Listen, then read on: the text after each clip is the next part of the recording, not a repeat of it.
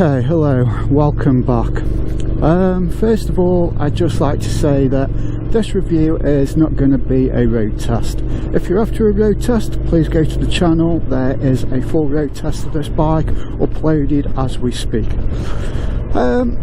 So a long-term ownership review of the Honda NC750X DCT. It's a difficult bike to review for me because I get confused when I think about this bike. And what do I mean about that? Well, let me explain. This bike does everything really, really well.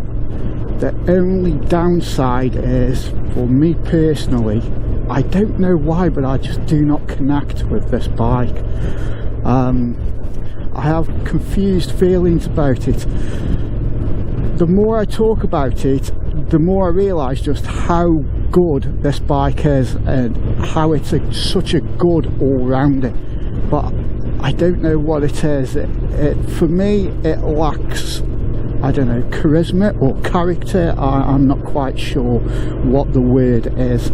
But please do not look on my view as detrimental to this bike, because you ask my wife, and this is my wife's bike, and she absolutely loves the bones of this bike. So, you know, with this review that I'm going to do, take it with a pinch of salt, because remember, we're all different people, we all have different riding styles, we're all different body shapes, and we all like different things in a motorcycle.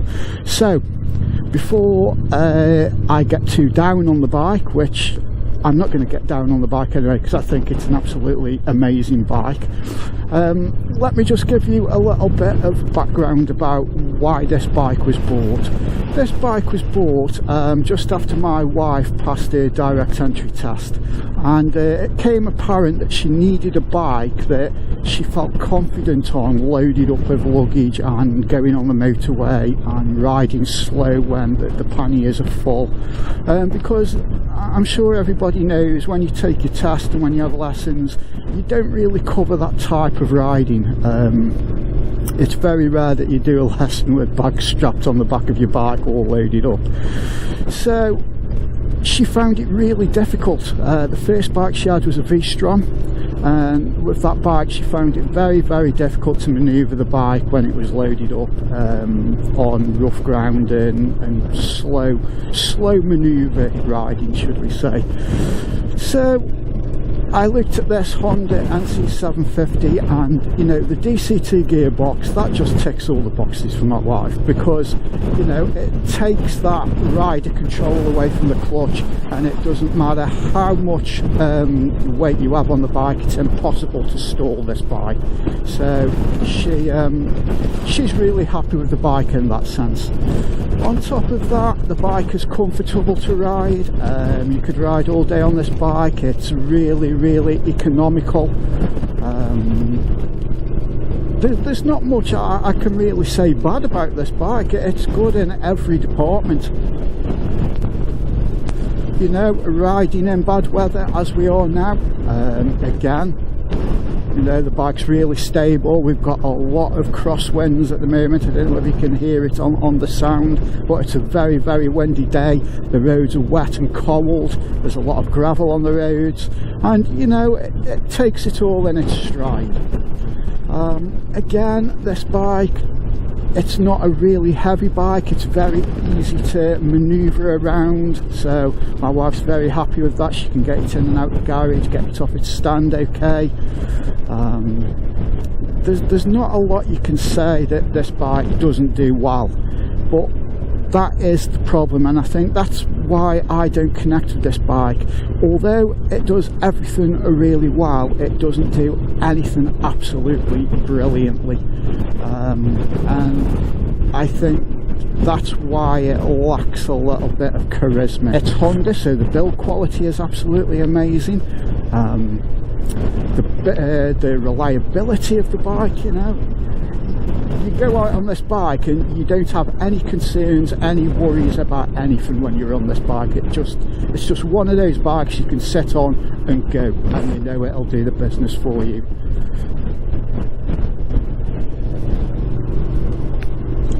Another good thing about this bike is there are a lot of aftermarket accessories, and they're all pretty good quality, you know, they're all reasonably priced.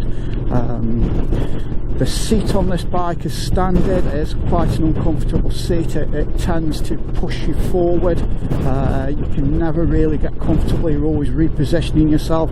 So this bike has had a shad seat fitted to it, and it's really, really comfortable. You can sit on this and ride all day long with no problem at all.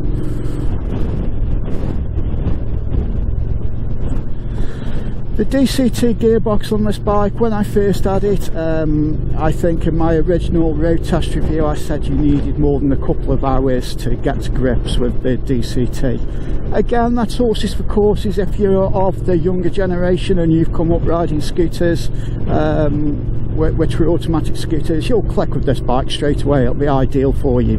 However, for old gits like myself, who've rode well in excess 20-30 years on manual gearboxes, it's a bit of a learning curve. However, I've really gelled with it now. I think one of the comments I made about riding it was the lack of engine braking going into corners, and a lot of people did comment and say just use the flappy paddles on the handlebars and you can knock it up and down whenever you want. And I must admit, I did try doing that, and I found it difficult to do. Well, not difficult to do, but it didn't feel natural. However, the more I've used them doing that kind of riding, I must say it does work. The gear change down when you're going into a bend is just so smooth. It's smoother than any gear change you would ever be able to do on a manual bike, no matter how good a rider you are. The only difference is what I find, even using the paddles, you still don't have as much control over the amount of engine braking you get as when you use a manual clutch, because you can feather the clutch and feather the bite, and that will alter how much bite you get through the engine braking, if that makes sense. You can't do that on this bike. It's just a click and boom, it's in that gear. But don't let that put you off. That is a minor niggle. Looking at it from another way, it makes this bike so easy to ride and just so relaxing to ride, because it does everything for you. So there are two ways of looking at it. If you're that kind of person who really enjoys thrashing through the twisties and having ultimate control over your bike, then yeah, a manual gearbox is far better. But on the other side, if you're one of these riders who just wants an easy life and just to chill out and forget about everything while you're riding, then the DCT is absolutely brilliant for that as well. So the acid test is, you know, do I regret this bike and would I buy this bike again? Well, ultimately, absolutely no, I do not regret buying this bike. It just does everything so well, as I've said. It's a great all-rounder. It's an all-year bike. You can take it out because the components don't rust. I don't regret buying the bike at all. It's economical, it's cheap to insure, it's comfortable. What more can I say? I can't say enough good things about this bike, so no, I don't regret buying it. Would I buy it again? The answer would be yes and no, and this is where it gets a bit confusing. So if I was in a position where I have been many times in my life where I can't afford to run a car and I can only afford one motorcycle, and that motorcycle has to do everything. It has to be for commuting to work through the city, it has to be for going rides on a Sunday afternoon, it has to be for going down the shops doing my shopping, you know, it has to be the king of everything, then absolutely I would buy this bike, because this is a bike that you buy with your head and not with your heart.